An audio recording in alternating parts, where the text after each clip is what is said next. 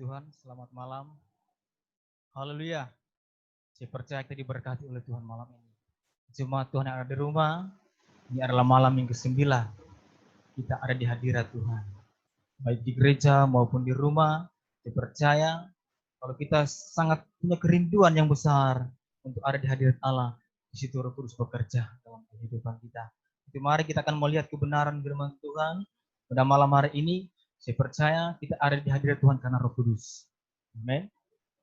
Roh Kudus mengundang kita untuk ada di hadirat Allah. Luar biasa pekerjaan Tuhan, luar biasa pekerjaan Roh Kudus pada malam hari ini.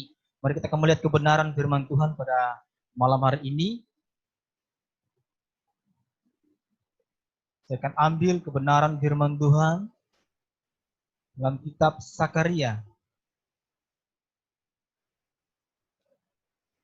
Sakaria pasal yang keempat, ayat yang keenam. Sekali lagi, Sakaria pasal yang keempat, ayat yang ke-6. Puji Tuhan, saya akan baca kebenaran firman Tuhan. Tuhan berkata sebagai berikut. Maka berbicaralah ia, katanya, inilah firman Tuhan kepada Zerubabel bunyinya. Bukan dengan keperkasaan dan bukan dengan kekuatan, melainkan dengan Rohku, firman Tuhan semesta alam. Puji Tuhan, kita garis bawahi ayat firman Tuhan pada malam hari ini, bukan dengan keperkasaan dan kekuatan kita, tapi karena Roh Kudus. Amin. Tadi saya di awal perkataan saya katakan kita ada malam ini karena pekerjaan Roh Kudus. Dia sudah menyentuh setiap hati kita, membawa setiap kehidupan kita untuk ada di hadirat Tuhan pada malam hari ini. Itu saya katakan sekali lagi firman Tuhan, bukan dengan keperkasaan, bukan juga dengan kekuatan kita, tapi oleh karena Roh. Amin. Kenapa firman Tuhan berkata sebagai berikut? Ternyata saudara, banyak orang-orang Kristen, orang percaya sekarang saudara, lebih memilih kekuatan mereka sendiri. Lebih mengandalkan kekuatan mereka sendiri. Kenapa?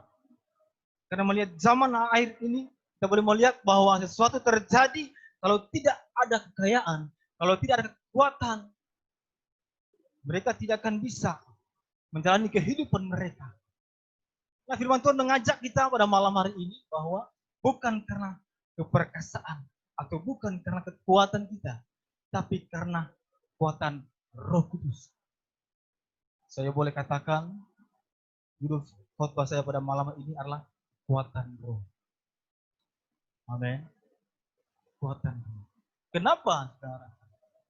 Saya katakan tadi, banyak orang lebih mengandalkan kekuatan mereka sendiri. Banyak lebih memilih kekuatan daripada manusia. Mengandalkan kekuatan manusia, saudara. Apakah itu jabatan kita? Apakah itu kekayaan kita, harta kita, kedudukan kita? Saya mau katakan malam ini, saudara. Di hadapan Tuhan itu sia-sia semua. Di hadapan Tuhan tidak ada apa-apanya, saudara. Kenapa? Karena bukan itu yang membawa kita kepada keselamatan. Saya mau katakan malam ini, harta, kekayaan, jabatan kita tidak ada artinya. Karena yang membawa kehidupan kita berjumpa dengan Allah bukan harta kita. Itu hanya sementara saja, saudara. Itu hanya ada dalam dunia. Itu kekayaan dunia, kekuatan dunia, saudara. Tapi malam ini firman Tuhan mengajak kita, biarlah kita mengandalkan Roh Kudus. Kenapa kita harus mengandalkan Roh Kudus? Karena Roh Kudus akan membawa kita kepada keselamatan. Karena itu adalah janji firman Tuhan. Roh Kudus adalah kekuatan kita, saudara. Roh Kudus adalah kekuatan kita. Makanya firman Tuhan katakan di khotbah malam pertama sudah disampaikan oleh Ibu Gembala, minta Roh Kudus. Minta. Kenapa kita harus minta Roh Kudus? Dan kenapa Roh Kudus harus ada dalam kehidupan kita? Coba kita lihat seperti yang diminta oleh Elisa kepada Elia. Coba kita lihat firman Tuhan. Dua Raja-Raja pasal yang kedua, ayat yang ke-9. Di sana Elia menawarkan sesuatu kepada Elisa sebelum Elia terangkat ke sorga. Apa yang dia tawarkan kepada Elisa pada waktu itu. Kita akan lihat 2 Raja-Raja 2 ayat yang ke-9. Saya baca bagi kita semua. Dan sesudah mereka sampai di seberang, berkatalah Elia kepada Elisa, mintalah apa yang hendak kulakukan kepadamu sebelum aku terangkat daripadamu. Jawab Elia, perhatikan saudara. Biarlah kiranya aku mendapat 2 bagian dari rohmu. Perhatikan, Elia tidak minta harta, betul? Elisa tidak meminta harta. Elisa tidak meminta kekayaan daripada Elia. Tidak. Atau dia minta, Elisa, kasih akan kita kuat makanan. Tidak, dia tidak minta itu. Tetapi sekarang, nanti lihat orang-orang ahli zaman sekarang, saudara, mereka lebih memilih makan. Betul? Memilih harta. Esok apa yang harus saya makan, saudara? Mereka minta kepada Tuhan apa? Tuhan, besok kita harus makan apa? Kita harus membiayai anak-anak apa, saudara? Tuhan, kita mau kita diberkati dengan kekayaan. Saya mau saya melebihi daripada dia. Saya mau ingatkan, saudara. Kalau kita memilih hal seperti itu, kita sia-sia di hadapan Tuhan. Kenapa? Saya mengatakan seperti itu. Karena akhir zaman terjadi, saudara. Cuma karena harta. Cuma karena pembagian, saudara. Banyak saudara, adik, pakai. Betul? Cuma karena tak salah seorang sifat, saudara. Tanah mereka diukur, tak salah seorang. Saudara. Cuma setengah meter, tak salah. Pakai. Bahkan saling membantai. Saling membunuh. Kenapa? Karena mereka memilih harta, kekayaan. Tapi Elisa tidak. Elisa tidak memilih itu. Hanya satu yang dia pilih. Hanya satu yang dia minta kepada Elia. Apa? Biarlah 2 bagian rohnya diberikan kepada Elisa. Maaf, Elisa. Biarlah 2 bagian dari roh daripada Elia diberikan kepada Elisa. Betul? Tetapi ada perkataan daripada Elisa kepada perkataan Elia kepada Elisa. Apa yang dikatakan Elia kepada Elisa? Walaupun yang diminta oleh Elisa itu sangat sukar, sulit, memang berat. Kenapa? 2 bagian roh. Tidak mudah, saudara. Tapi menjadi pilihan daripada Elia kepada Elisa. Berkata, kalau engkau dapat melihat aku terangkat ke sorga dari hadapanmu, maka apa yang kau minta pasti akan tercapai. Pasti akan tercapai, saudara. Pasti akan dia dapat. Betul? Setelah itu terangkatlah. Ketika Elia terangkat, Elisa melihat, saudara, dengan kereta dan kuda berapi datang, saudara, menjemput Elia untuk dibawa ke sorga.